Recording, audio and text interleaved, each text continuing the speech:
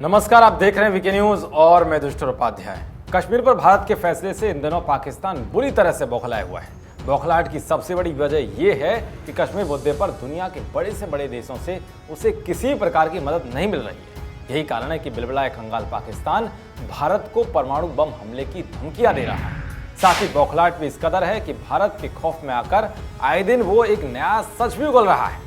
अब तक तो घबराए पाकिस्तान के पीएम इमरान खान ही लगातार एक के बाद एक सच उगल रहे हैं, तो वहीं अब उनके मंत्री ने भी दुनिया के सामने एक ऐसा सच उगल दिया है जिसे भारत लगातार बेनकाब करता रहा, लेकिन पाकिस्तान दशकों से उसे छिपाकर झूठ बोलता रहा। ये बात दुनिया को अच्छी तरह से पता है कि पाकिस्तान सरकार आर्मी की कठपुतली है और वहां पर सब कुछ आर्मी के हाथ में है, जो भारत के खिलाफ खुलकर आतंकियों का समर्थन करती है।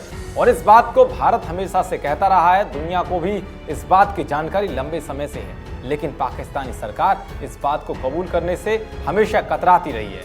लेकिन भारत के खौफ के चलते अब पाकिस्तान के रेल मंत्री शेख रशीद ने पाक पीएम इमरान खान के सामने ही ये स्वीकार कर लिया है कि पाक सरकार आर्मी के इशारों पर ही काम करती है। पाकिस्तान के रेल मंत्री ने कहा है कि उन्हें पाकिस्तान की सेना ने भारत के खिलाफ युद्ध पर बोलने के लिए नियुक्त किया है। आए कहा कि मैं युद्ध के बारे में बोलता हूं क्योंकि पीएम मोदी का एजेंडा पाकिस्तान को नष्ट करना है। सेना ने मुझे युद्ध की तैयारियों पर बोलने के लिए यहां पर रखा हुआ है। मैं ये बात पूरी तरह जिम्मेदारी के साथ कह रहा हूं कि पाकिस्तान के पास स्मार्ट बम है। खैर, ये बात भी साफ है कि भारत के साथ शांतिपूर्ण संबंध बनाने के लिए पाकिस्तान की कोई भी सरकार आगे बढ़ती है तो उसे पाकिस्तानी सेना का गुस्सा झेलना पड़ता है। यही कारण है कि पाकिस्तान की सेना ने सीधे तौर पर 3 चरणों में पाकिस्तान में राज किया है। पाक आर्मी ने पाकिस्तान में सबसे पहला शासन 1958 से 1971 तक किया है। इसके बाद दूसरा शासन 1970 से 1988 और तीसरा शासन 1999 से 2008 में किया है। जानकारी के मुताबिक 72 वर्षों में लगभग 38 साल तक पाकिस्तानी सेना का ही वहां पूरे तरीके से शासन रहा। यहाँ तक कि कश्मीर पर भी नीति बनाने का काम पाकिस्तानी सेना ही करती है।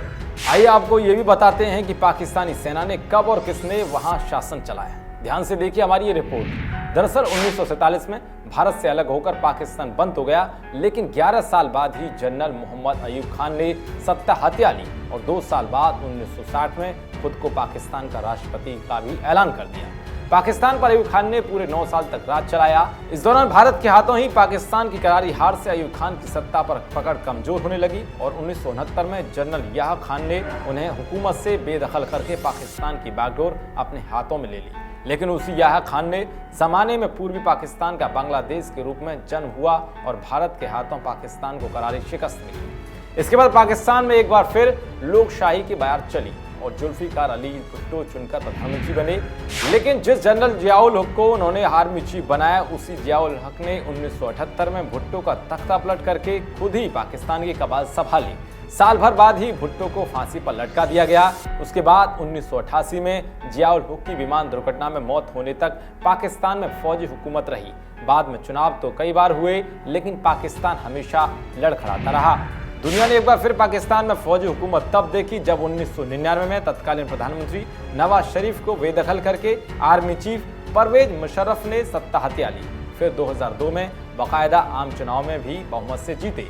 ये सिलसिला यही नहीं रुका, बल्कि 6 अक्टूबर 2007 को फिर से एक बार राष्ट्रपति का चुनाव जीते।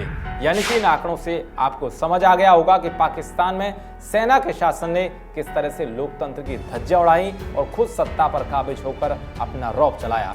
लेकिन फिर भी पाकिस्तान इस बात को छुपाता रहा और आखिरकार अब खुद पाकिस्तान के रेल मंत्री शेख रशीद ने इस बात को पूरी दुनिया के सामने कबूल कर लिया है।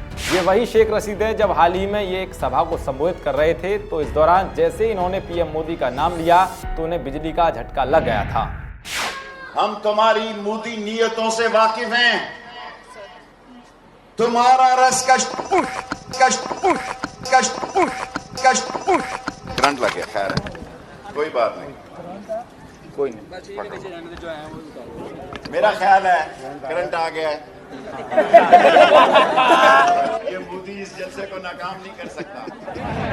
बेवकूफी हद तो तब पार हो गई जब इन्होंने इस करंट के लिए पीएम मोदी को ही जिम्मेदार ठहरा दिया है, जिसके बाद सोशल मीडिया पर इनका खूब मजाक भी उड़ा। जिस तरह से इन दिनों पाकिस्तान के प्रधानमंत्री से लेकर उनके मंत्री बौखला रहे हैं, उस पर आपकी क्या राय है, कमेंट बॉक्स में जरूर बताएं। देश और दुनिया की तमाम खबरों को पाने के लिए देखते रहिए वीके न्यूज। शुक्रिया।